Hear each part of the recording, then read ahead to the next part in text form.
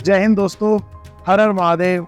आप सभी का मेरे इस YouTube चैनल पे एक बार फिर से हार्दिक स्वागत। उम्मीद करता हूँ आप सभी ठीक होंगे और आपको हमारी ये सीरीज़ 12 ज्योतिर्लिंग ट्रैवल करने की पसंद आ रही होगी। जैसा कि आपको पता है, हम 12 के 12 ज्योतिर्लिंग अपनी ईवी में कवर कर रहे हैं और अभी तक हमने 9 ज्योतिर्लिंग कवर कर लिए हैं। अब हम आगे बढ़ रहे हैं अपने 10वें ज्योतिर्लिंग की ओर। आपने पिछले ब्लॉग में देखा होगा कि हमने अभी श्री शैलम मल्लिकार्जुन का ज्योतिर्लिंग जो है वो पार कर लिया है। अगर आपने नहीं देखे हमारे पहले वाले ब्लॉग्स तो ज़रूर देखिएगा। उनकी एक प्लेलिस्ट हमने बना दी है हमारे इस चैनल पे, आपको डिस्क्रिप्शन में भी उसका लिंक मैं दे दूँगा। बाकी चलिए आपको आगे इस वीडियो के बारे में बताते हैं। जैसा कि आपको पता है कि मल्लिकार्जुन के दर्शन करने के बाद अब हम आगे निकल चुके हैं हमारे 10वें ज्योतिर्लिंग की ओर। बट उससे पहले उड़ीसा में हमने डिसाइड करा था कि जगन्नाथपुरी भी हम होते हुए जाएंगे। श्री शैलम से ये पड़ रहा था 1100 किलोमीटर दूर और अभी फ़िलहाल हमने उसमें से 600 साढ़े 600 किलोमीटर का डिस्टेंस कवर कर लिया है। यहाँ से बचा है अराउंड 465 किलोमीटर दूर और अभी फ़िलहाल हम चार्ज कर रहे हैं। इससे पहले 2 बार और चार्ज कर चुके हैं। मेरे ख्याल से एक बार और आगे चार्ज करने की ज़रूरत पड़ेगी, फिर सीधा जगन्नाथपुरी में ही हम चार्ज करेंगे हमारी गाड़ी। कल सुबह तक उम्मीद है, अभी बज रहे हैं रात के 12 के अराउंड, 12 साढ़े 12 के आसपास बज रहे हैं। उम्मीद है कि कल मॉर्निंग तक हम आराम से पहुँच जाएंगे। तो चलिए आपको आगे जगन्नाथपुरी के इस व्लॉग में दर्शन करवाते हैं। आगे आपसे मुलाकात होगी व्लॉग में। जय श्री कृष्ण, हर हर महादेव।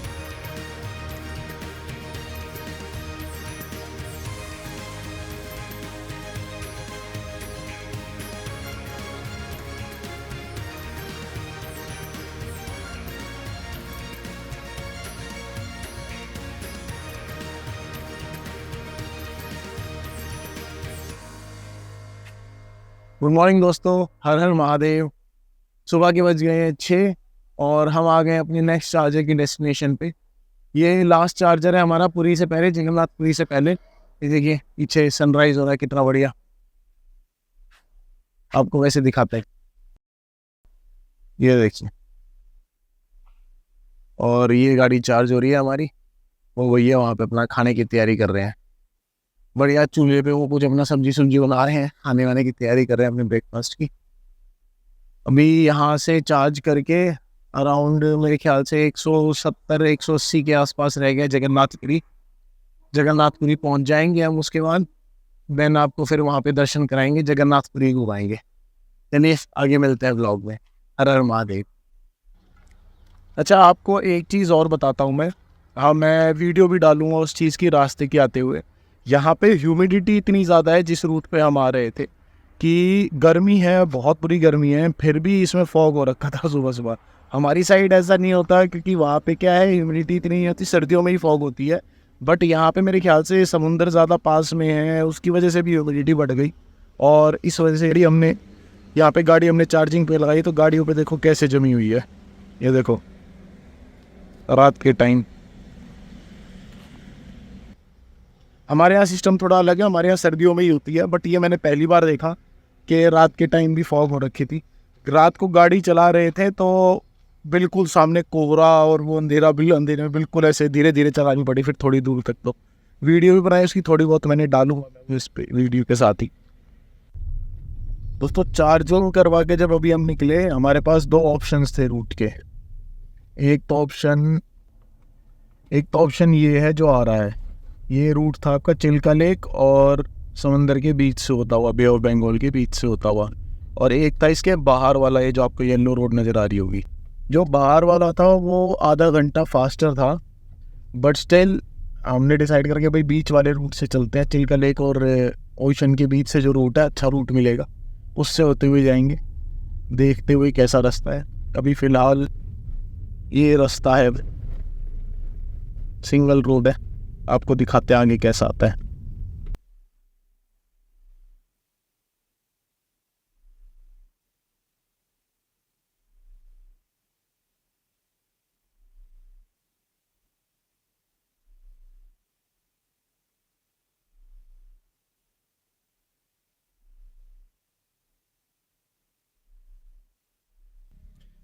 ये देखो दोस्तों, ये आ गई है मेरे पीछे चिल्का लेक, जो आप में से आपको पता होगा कि इंडिया की लार्जेस्ट ब्रैकिश वाटर लेक है।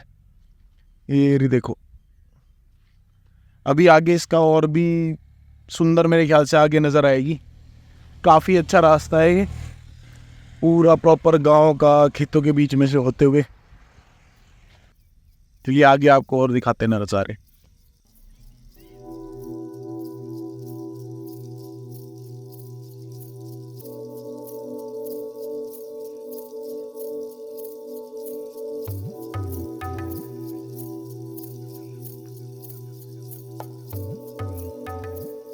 तो हम आ गए हैं चिल्का लेक पे, देखिए।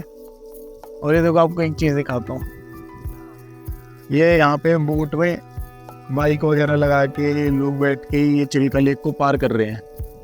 अब चक्कर क्या है कि हम तो आए थे कि भाई अच्छा रास्ता मिलेगा चिल्का लेक का, बट यहाँ पे आके पता लगा कि सेम इसी तरीके से गाड़ी भी जाती है, लगी हुई। देखो एक गाड़ी लगी है, उसके आगे हमारी गाड़ी। अभी बज रहे हैं 10:15, 10:30 के करीब, 10:30 के करीब यहाँ पे आएगी। विशाल करके बोलते हैं उसको, विशाल बड़ी बोट आएगी, उसके अंदर गाड़ियाँ जाती हैं, एक बारी में 7-8 गाड़ियाँ जाती है और फिर वो पार उतारती है। फिर वहाँ से आगे का सफ़र आपको तय करना है। तो उसी का वेट हम कर रहे हैं, देखते हैं कैसे रहता है, क्या होता है, कैसे गाड़ी पार जाती है। ये जरा देखो, ये पूरा चिल्का लेक है। तो चलिए दोस्तों, आपको जगन्नाथ मंदिर से जुड़े कुछ रहस्यों के बारे में और यहाँ से जुड़ी बातों के बारे में बताते हैं। सबसे पहले तो आपको बता दें कि हिंदू धर्म के हिसाब से 4 धाम है, बद्रीनाथ, द्वारका, रामेश्वरम और पुरी। इनमें से 2 हम पहले देख चुके हैं, जो कि है द्वारका और रामेश्वरम। आपको पहले व्लॉग्स में उनकी वीडियोस में मिल जाएंगी। ये हमारा तीसरा धाम है पुरी, और इसके बाद हम बद्रीनाथ भी जाएंगे। मान्यता है कि भगवान विष्णु जब चारों धाम पर बसे तो सबसे पहले बद्रीनाथ गए और वहाँ पे उन्होंने स्नान किया। उसके बाद गुजरात के द्वारका में उन्होंने कपड़े बदले, द्वारका के बाद उड़ीसा के पुरी में उन्होंने भोजन किया और फिर अंत में तमिलनाडु के रामेश्वरम में उन्होंने विश्राम किया। पुरी के इस मंदिर में भगवान जगन्नाथ अपने भाई बालभद्र और बहन सुभद्रा के साथ बसते हैं।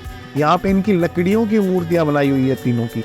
ये बहुत ही एक अनोखा मंदिर है, जहाँ पे आपको ये चीज़ देखने के लिए मिलेगी कि यहाँ पे जो भगवान की मूर्तियाँ हैं वो लकड़ी की बनी हुई है। साथ ही आपको एक और चीज़ बताएं तो मान्यता ये है कि भगवान श्री कृष्ण ने जब अपने देह का त्याग किया और उनका अंतिम संस्कार किया गया, तो शरीर के एक हिस्से को छोड़कर उनकी पूरी देह पंचतत्व में विलीन हो गई। यह एक हिस्सा था उनका हार्ट, उनका दिल। मान्यता यह है कि भगवान कृष्ण का जो ये हृदय है, ये जिंदा इंसान की तरह आज भी धड़कता है, और यही उनकी जगन्नाथ जी की मूर्ति है जिसके अंदर वो आज भी पाया जाता है। आपको इससे जुड़े थोड़े और रहस्य मैं बताता हूँ आगे वीडियो में।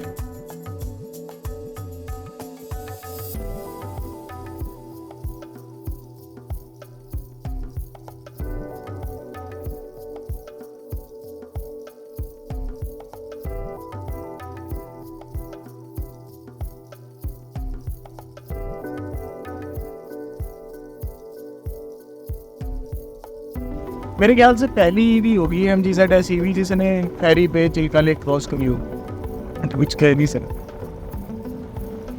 अब हमें जाना है उस पार, यहाँ से पार करके अराउंड 50 किलोमीटर रह जाएगा बस पूरी। बस महादेव के दर पे पहुँचना है, कैसे भी पहुँचना है मेरे। हर हर महादेव।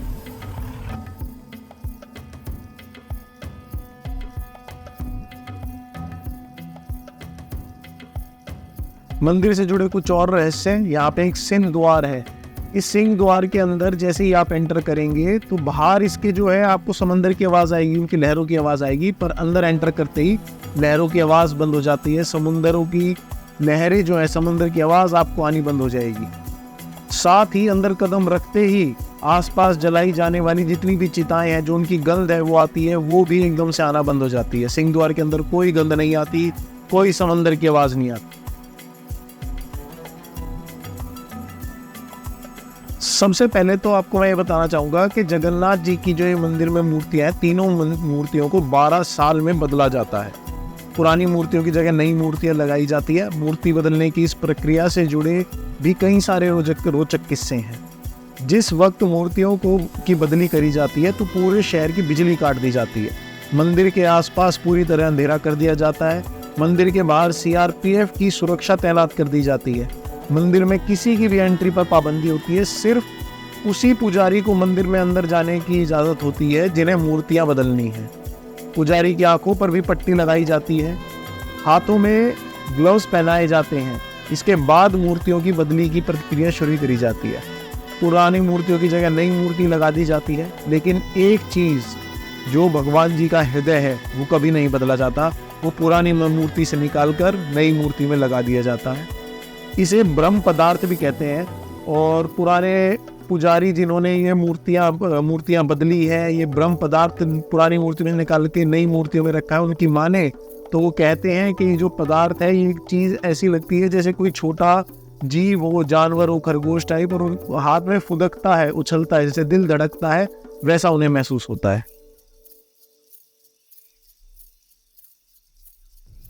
दोस्तों फेरी हो गई है बड़े अच्छे से पार।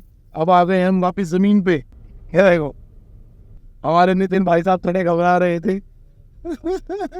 अब हम बचे 46 किलोमीटर फ्रॉम जगन्नाथपुरी। अरे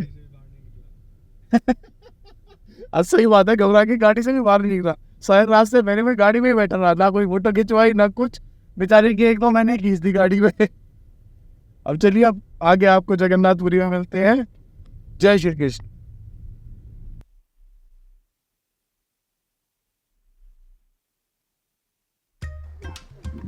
हेलो दोस्तों, हम आ गए हैं पूरी बीच पे। यहीं से अराउंड 20-30 मीटर दूर हमने होटल लिया है, यहाँ पीछे की तरफ। अभी ये देखो क्या पीछे नितिन, बीच पे घूमने आए हम शाम को। थोड़ा अगर मन करा तो समंदर में नहा के फिर उसके बाद दर्शन करने चलेंगे जगन्नाथ जी के। अभी देखिए वो वास्टनेस ऑफ द ओशन। अभी आप भी समंदर के मजे नीचे, हम तो खैर लेते ही है। फिर उसके बाद नहा धो के निकलते हैं दर्शन करने, तब आपसे मुलाकात। ये देखो दोस्तों, ये गड्ढे हैं यहाँ पे, ये इनमें केकड़े, छोटे छोटे केकड़े हैं, इनमें घुस जाते हैं वगैरह, वैसे घुस जाते हैं। और बहुत सारे हैं, देखो वो रहा एक बड़ा,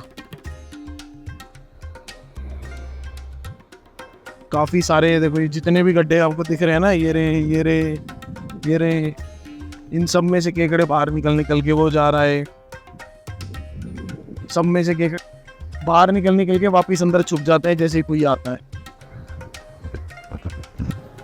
दोस्तों हम चल रहे हैं मंदिर में दर्शन करने के लिए, जगन्नाथपुरी के मंदिर में। ये अभी है ई रिक्शा में, गाड़ी हमने लगा दी, पास में होटल था ग्रैंड रिजॉर्ट, वहीं पे चार्जर था रिलैक्स का। बड़ी वीडियो वाइब्रेट कर रही है, सॉरी। बाकी चार्जर था, वहीं पे गाड़ी चार्जिंग बना दी है। तो रात को 10:30 बजे तक मंदिर खुला रहता है। हमने सोचा कि शाम के टाइम, क्योंकि यहाँ पे गर्मी बहुत ज़्यादा है, मतलब शाम के टाइम के दर्शन करने के लिए चलेंगे। अब बस पहुँचने वाले हैं, आपको आगे मंदिर भी। फाइनली हम पहुँच गए हैं जगन्नाथपुरी। अपने होटल से निकल के पास में एक होटल था ग्रैंड रिजॉर्ट करके, जहाँ पे चार्जर था, वहाँ पे हमने गाड़ी चार्जिंग पे लगाई और लगभग 3 किलोमीटर ई रिक्शा में बैठ के अब मंदिर में आ गए हैं। ये देखिए, ये रहा।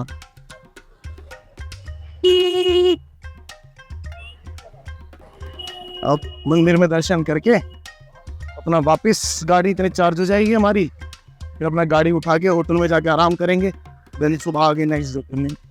चलिए जय श्री कृष्ण, अंदर दर्शन करते हैं। मंदिर के झंडे के साथ भी एक रहस्य जुड़ा हुआ है। जो ये मंदिर है, इसकी ऊंचाई लगभग 214 फीट है। आमतौर पर दिन में किसी वक्त किसी भी इमारत या चीज़ का या इंसान की परछाई ज़मीन पर दिखाई देती है, लेकिन जगन्नाथ मंदिर की परछाई कभी किसी ने नहीं देखी। इसके अलावा मंदिर के शिखर पर जो झंडा लगा हुआ है, उसे लेकर भी बड़ा रहस्य है। इस झंडे को हर रोज़ बदला जाता है। मान्यता ये है कि अगर किसी दिन झंडे को नहीं बदला गया तो शायद मंदिर अगले 18 सालों के लिए बंद हो जाएगा। इसके अलावा ये झंडा जो है हमेशा हवा की विपरीत दिशा में उड़ता है। एक चीज़ और दोस्तों, आमतौर पर मंदिर या मस्जिद या कहीं भी आप किसी इमारत पे जाएंगे तो वहाँ पे आपको पक्षी बैठे दिख जाएंगे, उनके कंपाउंड में अंदर पक्षी आते हुए दिख जाएंगे। लेकिन जगन्नाथ मंदिर पर किसी भी पक्षी को कभी भी उड़ते हुए नहीं देखा गया है। कोई भी पक्षी मंदिर परिसर में बैठे हुए नहीं दिखाई देता। यही वजह है कि मंदिर के ऊपर से हवाई जहाज़ या हेलीकॉप्टर के उड़ने पर भी मनाही लगी हुई है। अब एक और बहुत ही रोचक तथ्य है, एक रहस्य है, जो कि है मंदिर की रसोई का। कहा जाता है कि जगन्नाथ मंदिर में दुनिया की सबसे बड़ी रसोई है। इस रसोई में 500 रसोइये और 300 उनके सहायक कर्मी हैं। इस रसोई से जुड़ा एक रहस्य ये है कि यहाँ चाहे लाखों भक्त आ जाएं, कभी प्रसाद कम नहीं पड़ता। लेकिन जैसे ही मंदिर का गेट बंद होने का वक्त आता है, प्रसाद अपने आप ही खत्म हो जाता है। यानी यहाँ पे प्रसाद कभी भी व्यर्थ नहीं जाता। इसके अलावा मंदिर में जो प्रसाद बनता है वो लकड़ी के चूल्हों पर बनाया जाता है। ये प्रसाद 7 बर्तनों में बनाया जाता है। 7 बर्तनों को एक के ऊपर एक करके एक साथ रखा जाता है। यानी 7 बर्तन चूल्हे पर एक सीढ़ी की तरह रखे जाते हैं। सबसे हैरानी की बात यह है कि जो बर्तन सबसे ऊपर यानी कि 7वें नंबर का बर्तन होता है, उसमें सबसे पहले प्रसाद बनकर तैयार होता है। इसके बाद छठे में, 5वें में, चौथे में, तीसरे में, दूसरे में, ऐसे। जबकि आप अगर नॉर्मली देखेंगे तो जब नीचे आँच है, नीचे आग लगाई है चूल्हे में, तो नीचे के बर्तन का सबसे पहले बनना चाहिए। बट यहाँ पे उल्टा होता है, सबसे पहले ऊपर के बर्तन में जो है वो खाना बनता है। दोस्तों, दर्शन हमारे हो गए हैं बड़े अच्छे से। और मतलब लाइन बहुत लंबी थी, भीड़ बहुत ज़्यादा थी। पसीने देखिए, सारी शर्ट बनियान अंदर से सारा पसीना पसीने। पर फीलिंग जेन्युइनली अलग ही होती है जब आप अंदर जाते हैं। वहाँ पे लोगों का जो उत्साह होता है, जो वहाँ पे एक अलग वाइब, अलग ही फील होती है अंदर। सारी थकान, सारी सब आपकी गायब हो जाती है। बहुत अच्छा लगा दर्शन करके। हाँ, यहाँ पर जगन्नाथ जी के पास आपका क्या है कि आपको अंदर नहीं जाने देते, पूरा दूर से आपके दर्शन होते हैं, अंदर कोई भी नहीं जाता। पंडित रहते हैं, जो यहाँ के मेन पंडित हैं वो अंदर रहते हैं बस। बाकी प्रसाद का मैं आपको एक और बता दूँ, यहाँ पे बाहर भी बहुत प्रसाद मिलता है। हमने अंदर से प्रसाद लिया। मंदिर के अंदर बनी हुई हैं 2 जगहें, या और भी होंगी, हमें 2 दिखी थी। वहाँ पे प्रसाद मिलता है, आप वहाँ से प्रसाद ले सकते हैं। खुशबू से भी पता लग रहा था कि देसी घी का प्रसाद है, अच्छा प्रसाद है। बाहर का पता नहीं कैसा प्रसाद देंगे, कैसा नहीं। अगर आप बाहर से लेना चाहे तो बाहर से ले लेना, अंदर से लेना चाहे तो अंदर से ले लेना। बाकी चलिए, आज जगन्नाथ जी के भी दर्शन हो गए। अब हम बढ़ेंगे आगे अपने अगले पड़ाव पर, जो कि है हमारा झारखंड में 10वां ज्योतिर्लिंग हमारा पूरा करेंगे। कल का दिन तो मेरे ख्याल से फिर वही ट्रैवल में जाएगा, और परसों सुबह हम वहाँ के दर्शन करेंगे। है भाई, कल का तो दिन ट्रैवल में निकल जाएगा हमारा। परसों सुबह 6 बजे दर्शन करेंगे हम। फिर वहाँ से अपना आगे निकलेंगे यूपी में काशी विश्वनाथ होते हुए। वहाँ से फिर अयोध्या भी हम जाएंगे। अयोध्या होते हुए फिर दिल्ली, दिल्ली से फिर अपना केदारनाथ। चलिए, राम मंदिर का विषय, वही राम मंदिर का दिखाएंगे आपको पूरा, कितना बना है, कितना बन चुका है, कितना नहीं। चलिए, तो फिर आगे नेक्स्ट व्लॉग में आपके साथ मुलाकात होगी। आपको ये व्लॉग कैसा लगा ज़रूर बताइएगा। चलिए फिर, हर हर महादेव, जय श्री कृष्ण, जय जगन्नाथ।